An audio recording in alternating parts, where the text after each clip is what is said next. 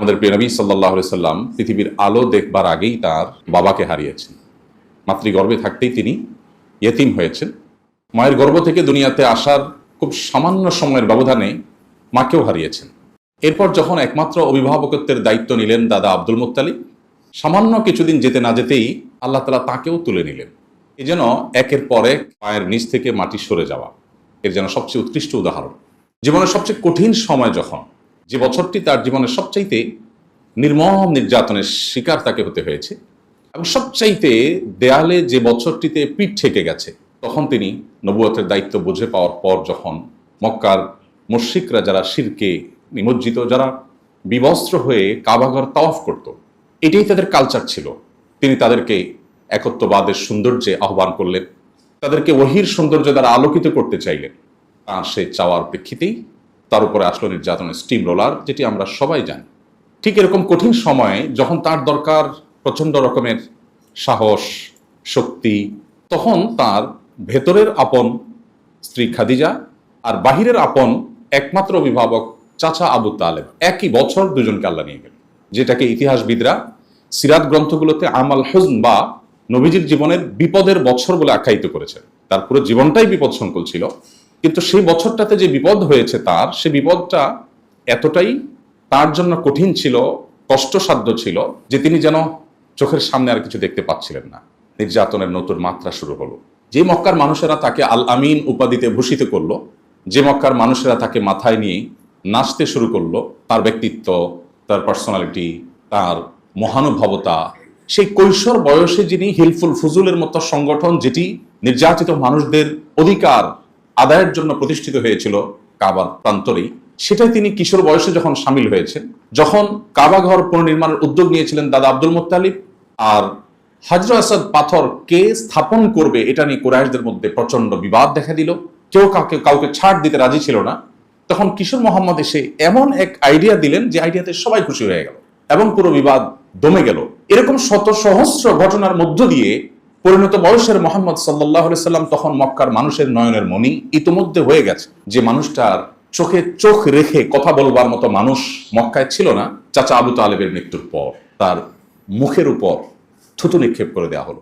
তিনি যখন সিজদায় গেলেন, উটের নাড়ি বুড়ি, যেটা আমরা সচরাচর আমাদের দেশে গরুর নাড়ি বুড়ি দেখে আমরা অভ্যস্ত, যেটা হয়তো 40 কেজি, 50 কেজি, 60 কেজি অথবা আরো কম বেশি আকার অনুপাতে, উটের নাড়ি বুড়ি তার সাথে আরো অনেক বড়।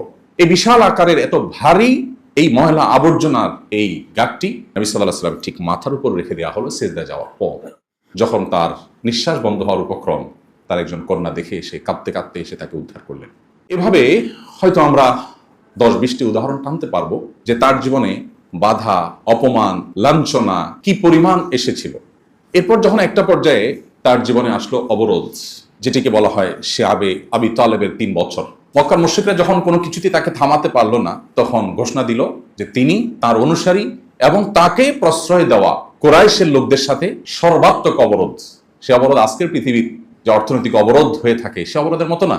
আজকের পৃথিবীর যে অবরোধ দেয়, অবরোধের ভিতরে মানুষের বাঁচার বহু রাস্তা আছে। হয়তো আধুনিক পৃথিবীর সাথে মানুষের কানেকশন রাখাটা কঠিন হয়, কিন্তু বেঁচে থাকার বহু উপায় থাকে। সে অবরোধ ছিল এতটাই নির্মম যে মক্কার কোনো মানুষ তাদের সাথে, যাদের সাথে অবরোধ করা, তাদের কারোর সাথে কোনো কথা বলবে না, তারা ওখান থেকে বের হবে না, কারোর কাছে যাবে না, সেখানে কেউ যাবে না। এবং সেই পৃথিবীতে যখন মানুষ শতভাগ বাহিরের সহযোগিতার উপর, বাহির থেকে আনা খাদ্যশস্যের উপর নির্ভরশীল, সেই সময়ের মক্কায় যখন কারোর সাথে কেউ কথা বলে না, কারোর কাছে একটা দানা, একটি শস্য বিক্রি করে না, তখন কি অবস্থা হতে পারে সেটা বলার অপেক্ষা রাখে না। সাহাবায়ে কেরাম দিন দিন শুকিয়ে কঙ্কাহাল সার হয়ে যেতে লাগলেন। খাদ্য নেই, পানীয় নেই, কেউ কথাবার্তা বলে না, বাহিরে আসবার সুযোগ নেই, কেউ ভেতরে আসার সুযোগ নেই। 3টি বছর গাছের ছাল, পশুর শুকিয়ে যাওয়া চামড়া, এসব বস্তু খেয়ে কোন রকম জীবন ধারণ তাদের করতে হয়েছে। এর পরের যে অধ্যায়টা, সেটা আরো করুন।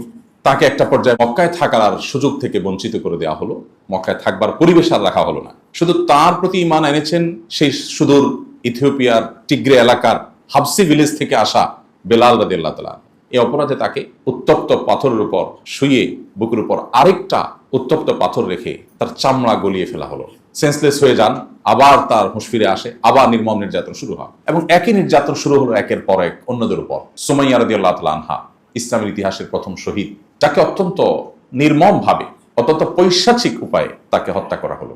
একের পর এক তার প্রতি ঈমান আনয়নকারীদের উপরে জুলুম শুরু হলো। নবী সাল্লাল্লাহু আলাইহি সাল্লাম চোখে মুখে যখন কিছু দেখছিলেন না, আল্লাহ তাআলা তাকে নির্দেশ করলেন হিজরতের। মদিনার মানুষ এসে তাকে ওয়েলকাম করলেন, আপনি আমাদের এখানে চলুন, আমরা আপনাকে ওয়েলকাম করবো। তিনি মদিনায় গেলেন। সে যাওয়াটাও সুখকর কোনো যাওয়া না, আমরা জানি।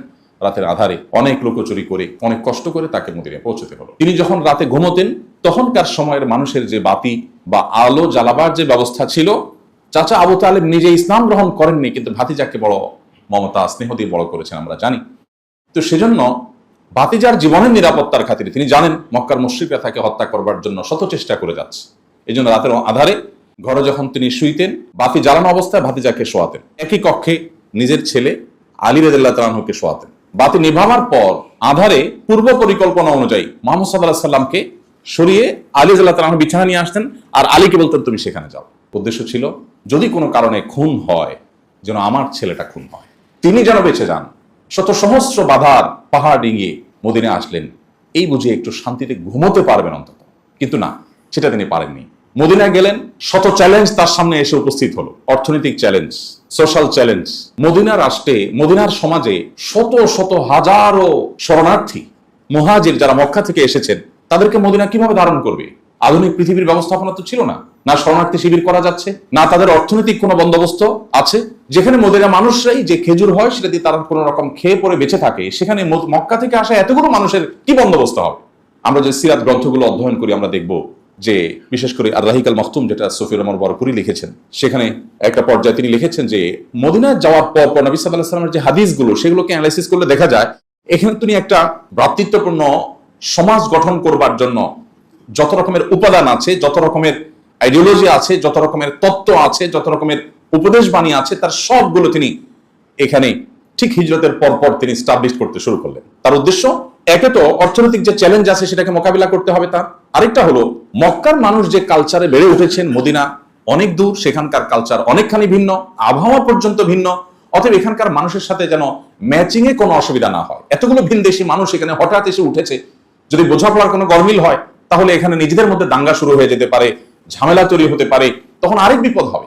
তিনি শুরুর দিকে প্রতিটি মুহূর্তে প্রতিটা সাহাবীকে উৎসাহ দিতে লাগলেন, আল মুসলিম ও আখুল মুসলিম, মুসলিম মুসলিমের ভাই হয়ে থাকবে। তার কাছে ভূখণ্ড ভিত্তিক পরিচয়, ভাষা ভিত্তিক পরিচয়, এগুলোর অনেক ঊর্ধ্বে থাকবে আল্লাহর সাথে আল্লাহর প্রতি বিশ্বাসের যে মেলবন্ধন, যে সুতোয় উভয়ে আমরা গাঁথা আছি, সেই সূত্রে সবাই ঐক্যবদ্ধ থাকবা। তিনি সেটাকে অত্যন্ত সফলভাবে বাস্তবায়ন করলেন। অনেকগুলো পদক্ষেপ ছিল, আমরা সেদিকে যাচ্ছি না, শুধু এটুকু বলছি যে চ্যালেঞ্জ কি পরিমাণ ছিল। এই চ্যালেঞ্জ মোকাবেলা করার জন্য নবী সাল্লাল্লাহু আলাইহি সাল্লাম মদিনার আনসার সাহাবীরা যারা ওয়েলকাম করেছেন, তাদের সাথে শরণার্থী হয়ে আসা, মুহাজির হয়ে আসা সাহাবীদের সাথে তিনি মুআখাত প্রতিষ্ঠা করেছেন। মানব ইতিহাসে এরকম আরেকটি নজির পাওয়া যায় না। এখনো পর্যন্ত পৃথিবীতে মুআখাতের এই চিত্রটি অন্য কেউ বাস্তবায়ন করেছেন এমনটি পাওয়া যায় না। মুআখাত কি? মুআখাত হলো ভ্রাতৃত্বের বন্ধন স্থাপন। আমরা যখন একই মায়ের সন্তান হিসেবে, একই বাবার সন্তান হিসেবে ভাই ভাই হই, সেটা তো ভাই বোন, আমরা ভাই ভাই হই, কিন্তু এখানে কেউ কারোর একই মায়ের একই সন্তানের সন্তান হওয়া তো দূরের কথা, একই এলাকারই মানুষ নয়। মক্কা থেকে আসা মানুষ, প্রত্যেকটা মানুষকে, একজন মক্কা থেকে আসা মানুষকে মদিনাতে থাকা আনসারী সাহাবীদের সাথে নবী সাল্লাল্লাহু আলাইহি ওয়াসাল্লাম একজনের সাথে একজনের ভ্রাতৃত্ব বন্ধন করে দিলেন, যে আপনি আপনার ভাই, আপনি আপনার ভাই, উনি ওনার ভাই, এভাবে ভ্রাতৃত্ব বন্ধনে আবদ্ধ করে দিলেন, যাতে করে সামাজিক যে বিশৃঙ্খলার শঙ্কা ছিল সেটা সমূলে শেষ হয়ে যায় এবং সবাই যাতে সবাইকে আপন করে নেয়। এবং মদিনার সাহাবীরাও তারা যে স্যাক্রিফাইস করেছেন, সেদিকে আর আমি যাচ্ছি না, বলার অপেক্ষা রাখে না। যার ব্যবসা ছিল অনেক, তিনি তার ওই যাকে ভাই নবীজি বানিয়ে দিয়েছেন, সে ভাইয়ের জন্য একটা পার্ট তিনি দিয়ে দিলেন, যেটা আপনার আর এটা আমার, দুই ভাই মিলে আমরা দেখভাল করি।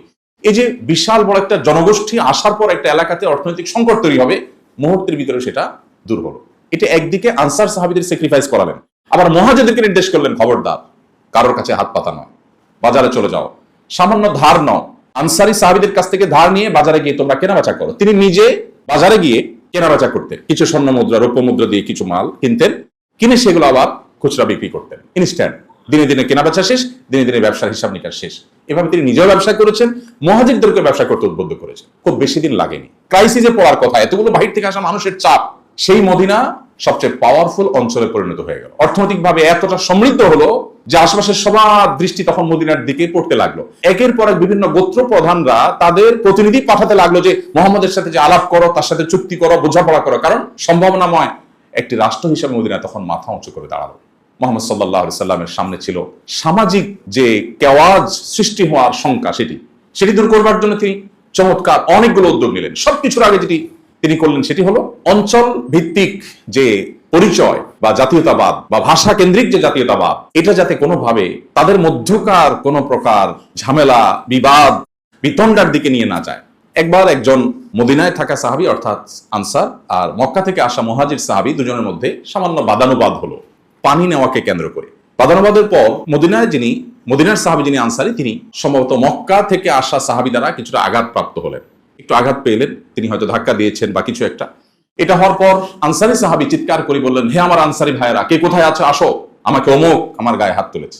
নবী করিম সাল্লাল্লাহু আলাইহি ওয়াসাল্লাম এই আওয়াজ যখন তার কানে আসলো, তিনি সাথে সাথে বজ্র কণ্ঠে বললেন, মালি, কি হলো আমার, আমি তোমাদের মুখ থেকে এই শুনতে পাচ্ছি, আমি এটা তোমাদের কাছ থেকে আশা করিনি। দাউহা মালি আরাকুম দাওয়াল জাহিলি, আমি দেখছি তোমরা জাহিলি যুগে মানুষ যেভাবে ডাকতো, তোমরা সেভাবে গোত্রে গোত্রে দাঙ্গা লাগাবার জন্য তোমরা ডাকছো, একের অপরাধের কারণে তোমরা গোটা সমাজকে দাঙ্গা লাগিয়ে দেওয়ার ডাক তোমরা দিচ্ছ। দাউহা ফাইন্নাহা মুমতিনা, এটা তো জাহিলি যুগের ডাক, তোমরা তো ইসলামে এসেছো, তোমরা এটাকে ছুঁড়ে ফেলে দাও, এটা দুর্গন্ধযুক্ত। এই তোমাদের অঞ্চল ভিত্তিক যে তোমাদের সম্প্রীতি সৌহার্দ্য, এটা তো থাকতেই হবে, কিন্তু এটা একটা পর্যায়ে যখন তোমাদের ব্যক্তির অপরাধের কারণে একটা জাতিকে তুমি দাঙ্গা লাগিয়ে দেওয়ার ডাক দিবে, সেটা কোনোভাবে গ্রহণযোগ্য নয়। কঠোর হস্তে তিনি সেটাকে দমন করলেন।